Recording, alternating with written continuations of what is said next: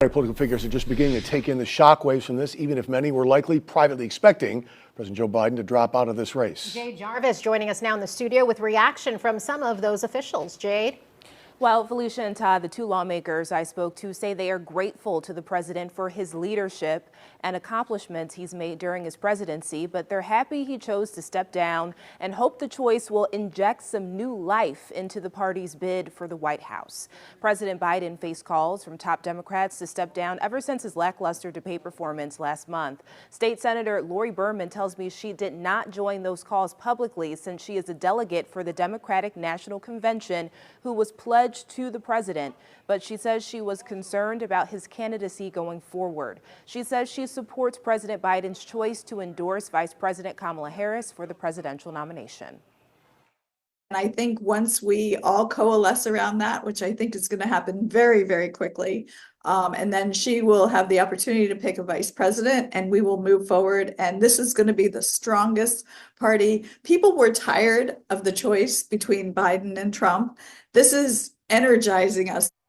I also spoke with Congresswoman Lois Frankel, who says she respects the president's decision and wanted it to be up to him. She also says she is thrilled to endorse Vice President Harris if she throws her hat into the ring for the nomination, which she has now said that she will, and believes it will have a positive impact for the Democratic Party going forward. She brings fresh blood into this race and a clear choice. Because as I said, an election is a choice between candidates. And to me, Donald Trump is not the right choice for this country. Kamala Harris, people, when they get to know her better, will love her. And as for concerns about the time frame, with only a few months left until the election, Senator Berman tells me that she is not concerned and believes the Democratic Party has the opportunity and the money to campaign for their brand new candidates and win the election. Live in studio, Jade Jarvis, WPBF 25 News. Jade, thanks for getting more reaction to President Biden's decision to drop out of the 2024 election. The president's youngest brother, Frank Biden, says his brother's decision to step out of the race boils down to his overall health and vitality. The chair of the Democratic National Committee says, pardon, quote, the American people owe President Biden an enormous debt of gratitude for the unparalleled progress he has delivered over the last 4 years. And we will honor that legacy and the decision that he has made today through a firm commitment to nominating and electing a Democratic president this November who will carry that torch into the next 4 years. Former President Barack Obama, in a statement, thanked Biden for decades of service and the decision to leave the race. However, in his statement, there was no mention of Vice President Kamala Harris.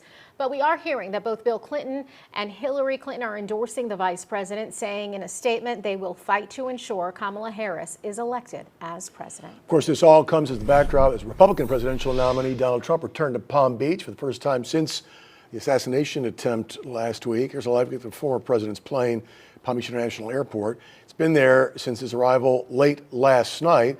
Trump released the following statement on a social media site, Truth Social, saying in part about President Biden, quote, he was not fit to serve from the very beginning, but the people around him lied to America about his complete and total mental, physical, and cognitive demise. Let's now go to our Steve King, live near Mar-a-Lago, where President Trump returned home after campaigning in Michigan Saturday. Steve, Florida Republicans also reacting to the president's announcement that he will not seek re-election.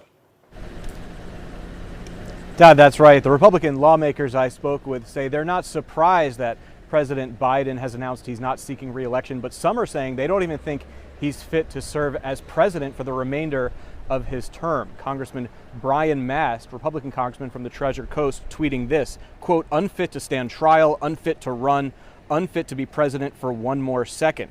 Senator Rick Scott tweeting, if Joe Biden cannot run for re-election, he is not capable of serving as president for the next 6 months and needs to resign now. And the Florida GOP says in part, quote, weekend at Biden's is over. Joe Biden's announcement confirms what we've been saying for years. Democrat leadership has failed Americans by propping up someone unfit to do the job.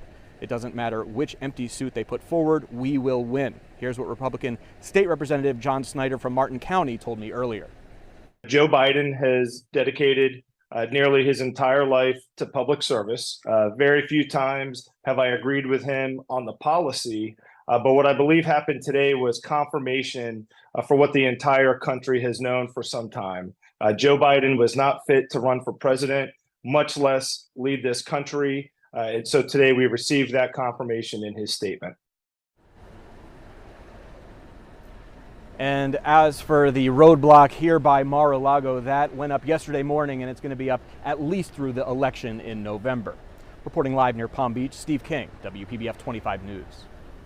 Steve, thank you. We have much more on today's announcement from President Joe Biden and how it affects this race in November on our website, WPBF.com. Again, the Democratic Convention is next month in Chicago. Be sure to download our WPBF 25 breaking news app for all the latest developments.